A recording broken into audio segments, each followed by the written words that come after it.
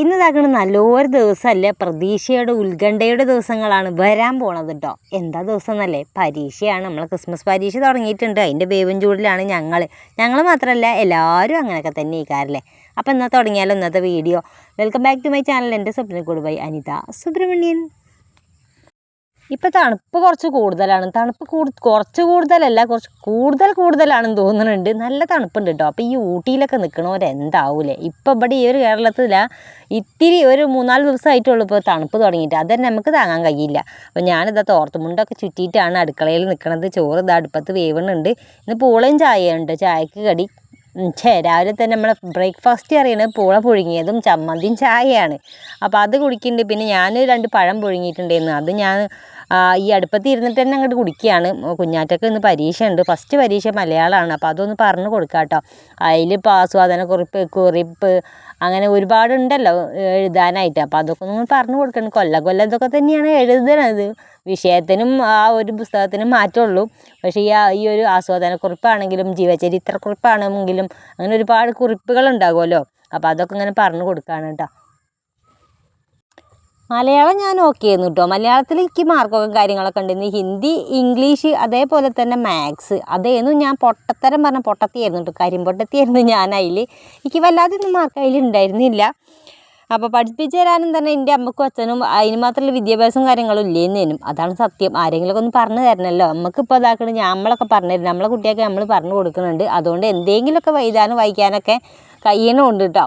പോരാത്തതിന് ട്യൂഷനും കാര്യങ്ങളൊക്കെ ഉണ്ട് കേട്ടോ.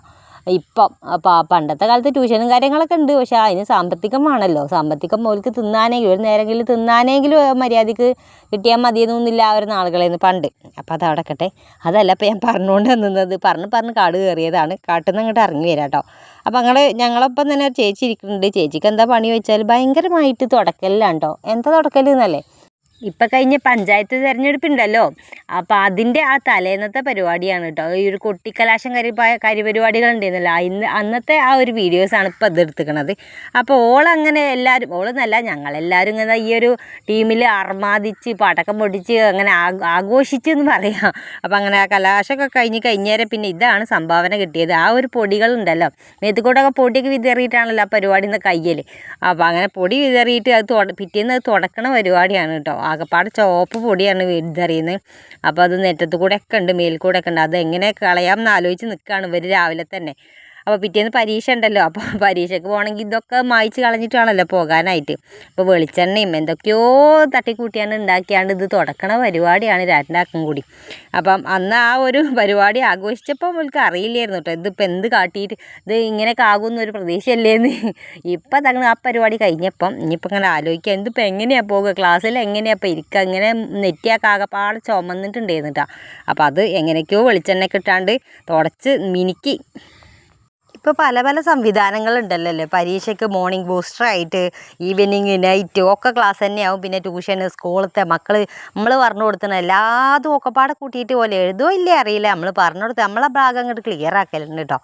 അങ്ങനെയാണ് എൻ്റെ കഥ. അപ്പോൾ അങ്ങനെ ഏകദേശ പരിപാടികളൊക്കെ ചോറായി കറിയായി അങ്ങനെ എല്ലാ പരിപാടിയും കഴിഞ്ഞ് ഓലെ പഠിപ്പിച്ചു കൊടുക്കലും അതിൻ്റെ ഇടയിൽ കൂടെ കഴിഞ്ഞിട്ടുണ്ടോ. അങ്ങനെ മത്തി പൊരിച്ചത് ഇന്നലെ രാത്രിക്ക് ഉണ്ടായിരുന്നു. കുറച്ചും കൂടിയും പൊരിക്കാനുണ്ട്. ആദ്യം കുറച്ചുകൂടി പണിയെടുക്കാണ്ട് കേട്ടോ ഇവിടെ. അപ്പോൾ ബലം മൂട്ടിൽ നടന്ന് ഞാനങ്ങോട്ട് കുഴങ്ങി. ഒക്കെപ്പാടെ നമുക്ക് താങ്ങൂല കേട്ടോ. ഓലെ പഠിപ്പിക്കലും ഒരാൾ ഇതാക്കണം ഇവിടെ ഭയങ്കര ഇരുന്ന് വായിക്കുക എഴുതുക എന്തോ പരിപാടിയിലാണ്. ഓരോട് ഇപ്പം വരാമെന്നും പറഞ്ഞിട്ട് ഞാനങ്ങോട്ട് ഇറങ്ങിയിട്ടുണ്ട്. കുളിയുന്നതിനൊന്നും കഴിഞ്ഞിട്ടില്ല. അങ്ങനെ നോക്കൊന്നും വേണ്ട, സൂക്ഷ്മമായിട്ട് ഇനി വന്നിട്ട് വേണം കുളിക്കാനായിട്ട്. പെട്ടെന്ന് പോവാൻ പറഞ്ഞല്ല ഞാനായിട്ട് പോണതാണ്. പോത്തൊക്കെ ഇതാകണം കുറച്ച് പുണ്ണാക്കിൻ്റെയും കാര്യങ്ങളൊക്കെ കുറവുണ്ട്. അപ്പോൾ മക്കളെ നോക്കണേക്കാട്ടിലും കൂടുതലിട്ട് ഇപ്പോൾ പോത്തുകളെ നോക്കണം. അപ്പോൾ അതിനോട് ഒന്നും തെറ്റിക്കരുതല്ലോ ചേച്ചി, ഞാൻ തന്നെ പോയി വാങ്ങാമെന്നാണ് വിചാരിച്ചത്. മമ്പാടറ്റം പോവും വേണം. അപ്പോൾ ഇപ്പോൾ ഒരു ബസ് ഉണ്ട് കേട്ടോ, അതിനാണ് ഈ ഓടുന്നത്. പക്ഷേ നമ്മൾ ബസ് സ്റ്റോപ്പിലെത്തിയപ്പോഴാണ് അറിഞ്ഞത് നമ്മളെ ബസ് പണി മുടക്കിയാണ്ട് അതിന് തുമ്മൽ ചീറ്റൽ എന്തൊക്കെയോ ആയിട്ട് അത് എവിടെയൊക്കെയോ ആൾട്ടായി കിടക്കുന്നുണ്ട് എന്ന്. അപ്പം ഞാനൊന്നും നോക്കിയതൊന്നുമില്ല, തിരിച്ച് ഞാൻ ഇറങ്ങട്ടെ. ഇപ്പോൾ വൈകുന്നേരത്ത് മൂപ്പരെങ്ങാനും കയറി വന്നിട്ട് പോകാം. അപ്പോൾ അങ്ങോട്ട് പോയ പോലെ തന്നെ ചുമരുമ്മ പന്തടിച്ച പോലെ തന്നെ ഞാനിങ്ങോട്ട് തിരിച്ചു പോന്നിക്കണം കേട്ടോ. ഇനിയിപ്പോൾ അവിടെ നിന്നിട്ട് കാര്യമില്ലല്ലോ, വീട്ടിൽ ചെന്നിട്ട് പകുതി പണിയും കൂടി എടുക്കട്ടെ. ഇനിയിപ്പോൾ തിരുമ്പലും കുളിക്കലും അടയ്ക്കലും തുടയ്ക്കലും എന്നൊക്കെ പറഞ്ഞാൽ കുറേ പണിയുണ്ട്. മക്കളെ കൊണ്ട് ഒരു പണി എടുപ്പിച്ചാൽ ചിലപ്പോൾ അവർക്ക് മാർക്ക് കുറഞ്ഞാൽ എന്താ പറയുക വേറെ അല്ലേ സംഗതി വരിക. അതും നമ്മളെ തലയിൽ തന്നെ വരണ്ടേ. അത് വിചാരിച്ചാണ്ട് ഞാൻ ഫുള്ള് ഞാൻ എടുത്തിട്ടാണ് പോകുന്നത്. പിന്നെ ഞാൻ വന്നിട്ട് എടുത്തുകൊണ്ട് നിങ്ങളൊന്നും എടുക്കണ്ട പഠിച്ചോണ്ട് എന്നൊക്കെ പറഞ്ഞിട്ടാണ് പോകുന്നത്. എന്തോ ഏതായാലും ഞാൻ പോയ സംഗതി നടന്നിട്ടില്ല. അപ്പം വീട്ടിലെത്തിയപ്പം സ്ഥിതി എന്താ വെച്ചാൽ മക്കളൊക്കെ പഠിക്കുക തന്നെയാണ് കേട്ടോ. വലിയ പഠിപ്പല്ല, എന്നാലും പഠിക്കുക തന്നെയാണ്. എന്തെങ്കിലുമൊക്കെ പഠിക്കേണ്ട വെച്ചിട്ട് പഠിക്കുകയാണ്. മലയാളമാണല്ലോ, വലിയ വിഷയമല്ല. അപ്പോൾ കുഞ്ഞാറ്റയാണ് ഇപ്പം ഇന്ന് പോയിട്ടില്ല, മറ്റോളൊന്ന് രാവിലെ തന്നെ പോയിട്ടുണ്ട് കേട്ടോ. അപ്പം കുഞ്ഞാറ്റയ്ക്ക് മലയാളമാണ്, ഫസ്റ്റ് ആണല്ലോ. ഉച്ച കഴിഞ്ഞിട്ടാണ് ഓക്കുള്ളത് കേട്ടോ. 12:20 ബസ്സിനാണ് ഓള് പോകാൻ നിൽക്കുന്നത്. ഇനിയിപ്പം ഓള് ചോറും കാര്യങ്ങളൊക്കെ തിന്നിട്ട് പോകട്ടെ. ആര്യനെയും കൂട്ടിയിട്ടാണ് പോണത്. ഓളങ്ങനെ പോയിട്ടുണ്ട്. പിന്നെ അപ്പോൾ തന്നെ ലീയതാ സ്കൂളിട്ട് വന്നിട്ടുണ്ട്. പരീക്ഷയാണ്, ഓക്കും തന്നെ എന്തോ അറബിയോ അങ്ങനെ എന്തോ ആയിരുന്നു. അപ്പോൾ എങ്ങനെയുണ്ട് ചോദിച്ചാൽ അപ്പോൾ കുഴപ്പമില്ല. എല്ലാ മക്കളും ഇങ്ങനെയൊക്കെ തന്നെ പറയാം, കുഴപ്പമില്ല. പരീക്ഷ എങ്ങനെയുണ്ട്? കുഴപ്പമില്ല, ഓക്കെ അങ്ങനെയൊക്കെയാണ് പറയണത്.